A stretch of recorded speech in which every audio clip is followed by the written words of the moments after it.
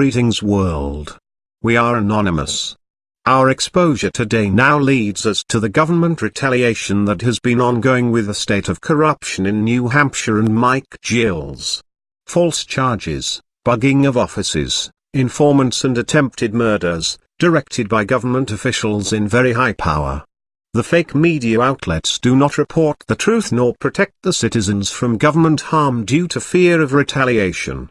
Mike Gill has exposed drug cartel ties to Lee County, Florida Sheriff Mike Scott and the 20th Circuit Courts of Florida.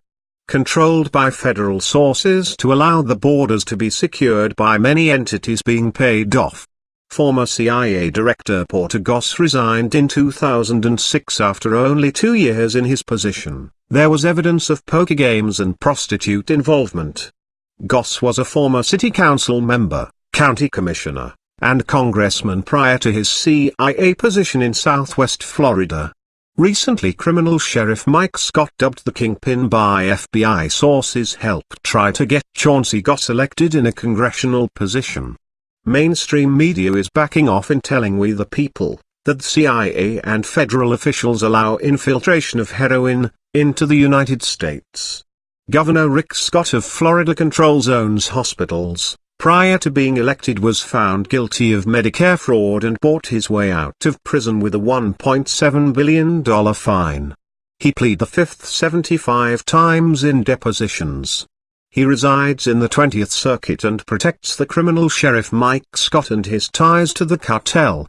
A double murder in New Hampshire alleged to have taken place on January 26 of 2017, and is directly involved with the drug cartel right to New Hampshire and Lee County, Florida. Dean Smoronk is highly involved in large shipments of drugs. He arrived back home to find his girlfriend and another woman stabbed to death in his yard. However, this took place, someone knew too much and needed to be quieted down. The Bedford FBI has a responsibility to now take action on Mike Gill's and state of corruption's evidence and begin criminal prosecution on high officials. As exposed by the Free Thought Project and Miami Herald, about $71 million plus Bal Harbour and Glades County, Florida Sheriff's Department drug money laundering scam. It has been brought to light again that Juan Pablo Escobar, son of notorious Medellin cartel drug kingpin Pablo Escobar, now says his father worked for the CIA. Hendry, Glades counties are in control of the state attorney Stephen B. Russell with the help of many others, including the kingpin Lee County, Florida Sheriff Mike Scott's direction. The land is open for drops as stated by El Narco, inside Mexico's criminal insurgency. The Colombians and their American counterparts would airdrop loads of blowout to sea, from where it would be rushed ashore in speedboats, or even fly it right onto the Florida mainland, and let it crash down in the countryside.